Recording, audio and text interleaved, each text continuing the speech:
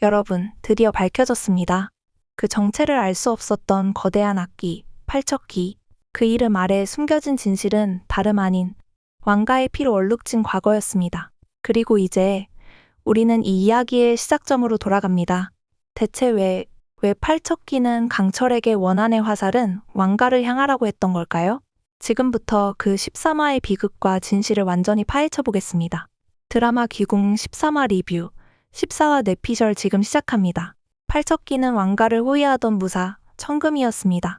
용담골 출신이자 한때는 충성심 강한 무사였던 그는 연종대왕을 끝까지 지키던 인물이었죠. 그런데 그 연종대왕이 어떤 선택을 했는지 여러분 기억하시죠? 자신이 살아남기 위해 용담골 사람들을 방패막이로 내세운 왕. 청금이는 그 순간에도 자신에게는 노모와 아이가 있다고 애원했지만 결국 연종대왕은 등을 돌렸습니다. 청금이는 기절한 채로 버려졌고 깨어난 그는 곧장 고향으로 향했겠죠. 그때 그 마음 어땠을까요? 팔척기의 탄생은 단순한 악기의 등장이 아니었습니다. 청금이 한 사람의 원한이 아니라 용담골 전체의 죽음과 절규가 얽힌 왕가의 저주. 그리고 그 진실을 기록한 사람이 있었죠. 바로 최원우 대감의 고조부 최길상. 그는 광안문집이라는 책에 모든 진실을 기록해두었고 그 문집이야말로 왕가의 치부, 즉 귀궁의 모든 서사의 핵심 열쇠였던 겁니다. 최원우가 그토록 은밀히 책을 찾았던 이유도 이 때문이었죠. 가문이 왕실의 죄악을 적은 문서를 가지고 있다는 것. 그건 자칫하면 왕을 거스른 반역이 될 수도 있으니까요. 시청자 여러분, 기억하시나요? 1화에서 등장한 전쟁통 속 한무관이 아기를 안고 있던 장면. 그 아기가 누구일까요? 이번 화를 통해 유추할 수 있는 정답. 그 아기는 청금이의 자식, 그리고 동시에 강철의 승천을 목격한 아이. 만약 연종대왕이 백성을 버리지 않았다면 아기는 밤중에 그곳에 나와 있지 않았을 것이고 강철의 승천 역시 실패하지 않았을 것입니다. 결국 강철이 이무기의 힘을 온전히 얻지 못한 이유, 그리고 팔척기가 강철에게 왕가의 원한을 품으라 했던 이유. 모든 것은 하나의 선으로 연결됩니다. 왕가의 죄로 인해 생겨난 피해자들, 그리고 그 피해자들의 후예들이 얽힌 피해 굴레. 이번 화에서 다시 등장한 중요한 설정, 골담초. 이전 예측과는 달리 강철을 회복시키는 약초가 아니라 야광주를 팔척기에게 뺏기지 않고 완전히 소진하게 만들어주는 조력자로 등장합니다. 즉, 강철이 가진 이무기의 힘, 그 핵심인 야광주를 적에게 빼앗기지 않고 끝까지 써서 마무리를 지을 수 있도록 도와주는 역할이죠. 그런데 여기서 한 가지 중요한 점. 야광주가 소진되면 이무기는 사라진다? 아니죠. 그런 직접적인 언급은 어디에도 없었습니다. 시청자들도 이 점을 짚고 넘어가야 합니다. 우리는 단지 강철이 죽을 수도 있다는 두려움 때문에 그렇게 믿고 있을 뿐이죠.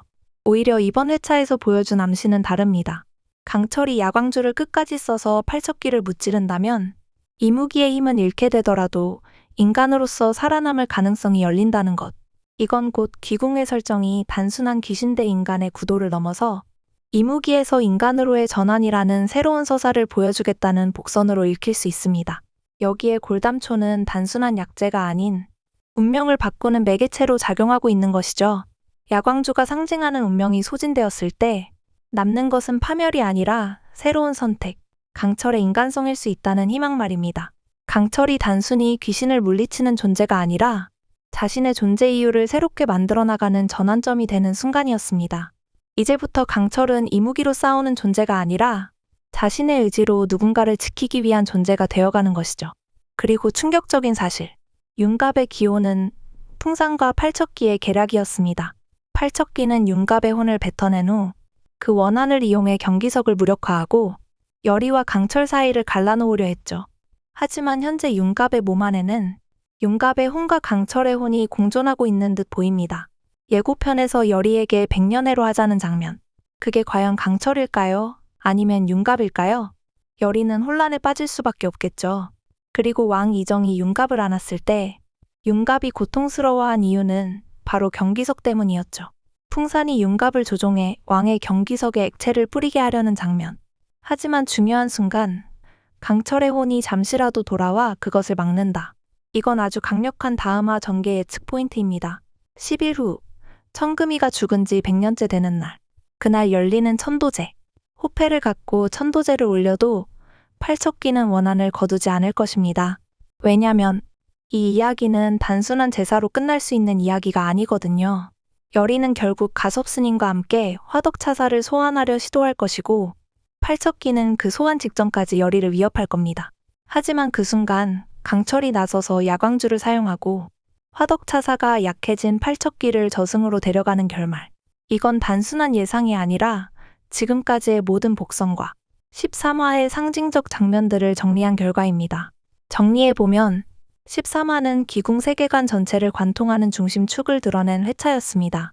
팔척기 청금이와 왕가의 죄악, 그리고 여리를 중심으로 한 인간과 기의 경계선. 다음 화부터는 결국 윤갑 또는 강철의 혼전, 여리의 선택, 화덕차사의 소환 성공 여부 등 수많은 전개가 기다리고 있습니다. 이번 리뷰가 흥미로우셨다면 좋아요와 구독 부탁드리고 여러분의 다음 회차 예측도 댓글로 남겨주세요. 감사합니다.